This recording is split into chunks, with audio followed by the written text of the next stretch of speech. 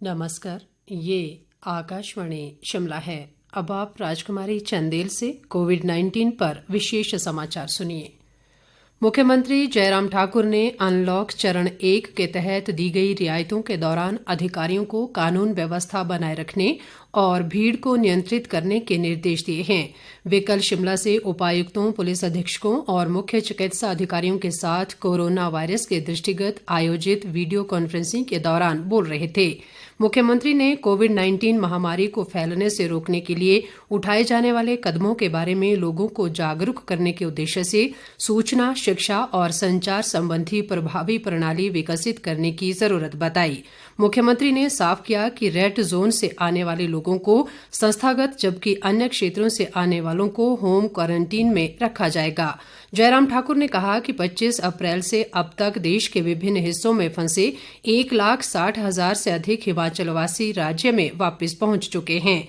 उन्होंने कहा कि लगभग 91,000 को होम क्वारंटीन और 7,000 से अधिक को संस्थागत क्वारंटीन में रखा गया है। उन्होंने कहा कि कोविड-19 पॉजिटिव मरीजों के संपर्कों का पता लगाने और स्क्रीनिंग करने पर विशेष ध्यान देना चाहिए, ताकि उन लोगों का समय पर उपचार और वायरस को फैलने से रोका जा सके।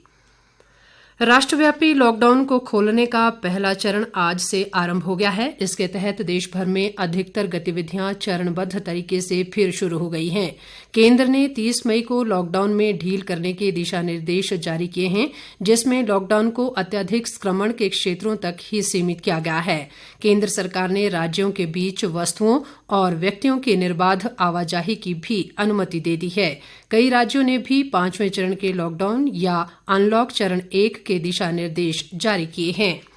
इधर राज्य सरकार ने केंद्र सरकार के दिशा निर्देशों के अनुसार अनलॉक चरण 1 के तहत लोगों की सुविधा के लिए कई बड़ी रियायतें दी हैं। प्रदेश में आज से सुबह 6 बजे से शाम 8 बजे तक कर्फ्यू में छूट दी गई है। हालांकि ऊना जिला में सुबह 5 बजे से रात 8 बजे तक कर्फ्यू में ढील रहेगी।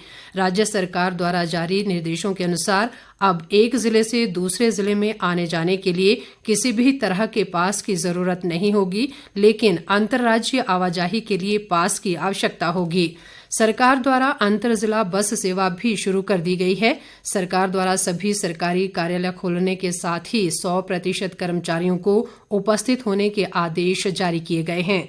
सभी कार्यालयों में कर्मचारियों को 2 शिफ्टों में आना होगा, जिसके तहत एक ग्रुप को 10 से 5 जबकि दूसरे को 10:30 से 5:30 बजे तक अपनी सेवाएं देनी होंगी।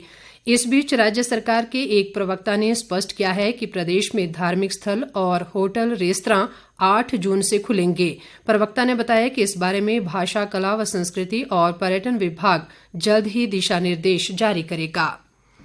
इस बीच आज से जन शताब्दी रेलगाड़ी रूटीन में ऊना आना शुरू हो रही है। ऊना जिला के उपायुक्त संदीप कुमार ने बताया कि ये ट्रेन रात 10 बजे ऊना पहुंचेगी और अगले दिन प्रातः 5 बजे सवारियों के साथ रवाना होगी। उन्होंने कहा कि आने वाले यात्री अपने निजी वाहनों से गंतव्यों तक जा सकते हैं। इसके अलावा रेलवे स्टेशन पर टैक्सी सेवा उपलब्ध रहेगी और पब्लिक ट्रांसपोर्ट की भी उचित व्यवस्था की जाएगी। उपायुक्त ने उत्तर प्रदेश व पश्चिम बंगाल जाने वाले प्रवासी लोगों से संबंधित एसडीएम या उपायुक्त कार्यालय में अपना पंजीकरण जल्द कराने को कहा है। देश में कोरोना संक्रमित व्यक्तियों की उपचार के बाद स्वस्थ होने की दर 47.76% हो गई है और अब तक 91,818 रोगी ठीक हुए हैं।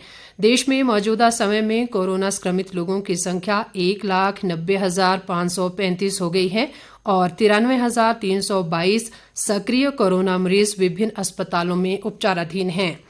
इधर प्रदेश में कोरोना संक्रमित लोगों की संख्या बढ़कर 331 हो गई है। पिछले 24 घंटों के दौरान प्रदेश में 18 नए कोरोना पॉजिटिव मामले सामने आए हैं।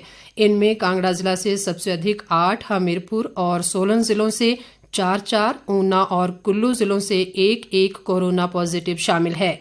इनमें अधिकांश संक्रमित व्यक्ति दूसरे राज्यों से हिमाचल वापस आए हैं। प्रदेश में मौजूदा समय में 206 कोरोना पॉजिटिव विभिन्न अस्पतालों में उपचाराधीन हैं और अब तक 116 लोग उपचार के बाद स्वस्थ हुए हैं। पिछले 24 घंटों के दौरान प्रदेश में 10 कोरोना संक्रमित मरीज स्वस्थ होकर घर लौटे हैं।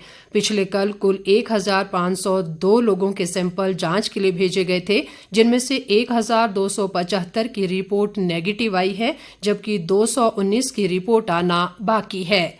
इसके साथ ही ये समाचार बुलेटिन समाप्त हुआ। हमारा अगला विशेष समाचार बुलेटिन आप सुन सकते हैं दोपहर 3 बजे। नमस्कार।